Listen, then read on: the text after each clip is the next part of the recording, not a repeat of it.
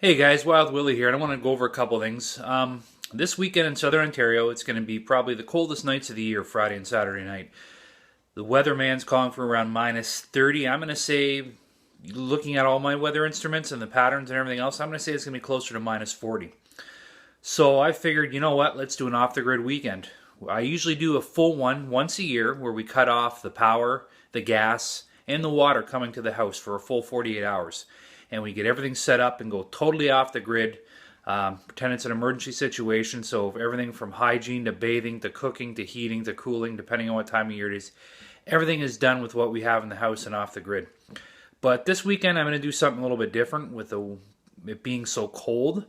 We're going to keep the water going. I don't want to shut off my water. I don't want pipes freezing or anything else, just in case. I want to have access to hot water if need be. But what we're going to do, oh, there's a special weather effect coming in right now as we speak on my phone. Extreme cold weather, blah, blah, blah, blah, blah, blah. Anyways, what I'm going to go over with you is a couple things I'm doing on the downstairs even for this weekend. When we wake up tomorrow, we're not going to have any hydro in the house, and we're going to have no heat in the house until Saturday night when we go to bed. Tomorrow's Friday. So I'm just going to show you a couple things. We're going to keep it basic. I'm not going to run the generator. I'm not going to go crazy with all that stuff. We're just going to keep it very simple.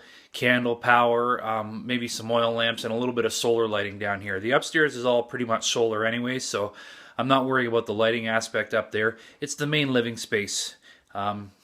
We're going to have to worry about and take care of a little bit. And the cooking will all be done outside or in the garage for the most part, except for the stuff I cook on the kerosene heater.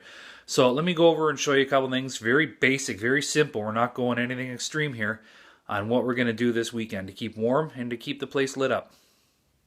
So guys, these two items here are going to constitute lighting up my whole kitchen and dining room. Like I said, we're keeping it plain and simple and not too fancy.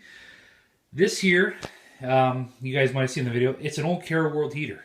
It's an old kerosene heater, not as like one of the first generations. Everything's been taken out of it. There's no insides, no heater, no nothing. And all this whole back here is high reflective. It reflects heat and reflects light. 3 candles. Sorry about the sunshine. I'll have two tea light candles there and one larger one. And this thing will shoot that light back out. Basically, it'll light up my whole kitchen by itself. But I'm also going to throw in this the tea light candle. The one tea light will light all these LEDs up. There's about 25-30 lumens of light come off this thing. And I've done a review on that. It's phenomenal. Absolutely phenomenal. This here, of course, there's my heating all weekend. And at night it has a nice fiery glow from the flames that you see. That's my heating. This is my only solar light I'm going to be using on the downstairs. This one here, and I'm sorry I've got one up but towards the front of the house and the bathroom and stuff like that, and it'll be in the hallway.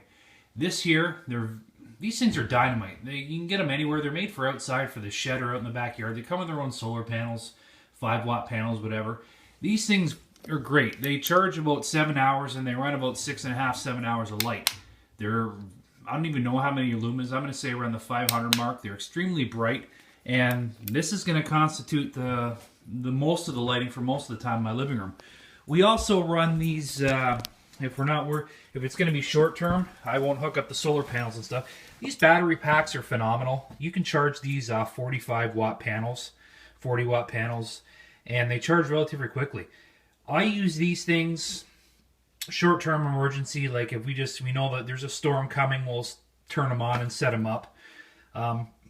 Power's going to go out short-term. I plug one in on the TV and one on the Blu-ray player so Junior can watch his movies. All the lamps, all the lighting in the house is real high efficiency LED. I think this one's the equivalent of a 120-watt bulb. It's only like 10 watts. It's reading virtually nothing, no power being drawn off this box. So just stuff like that, guys.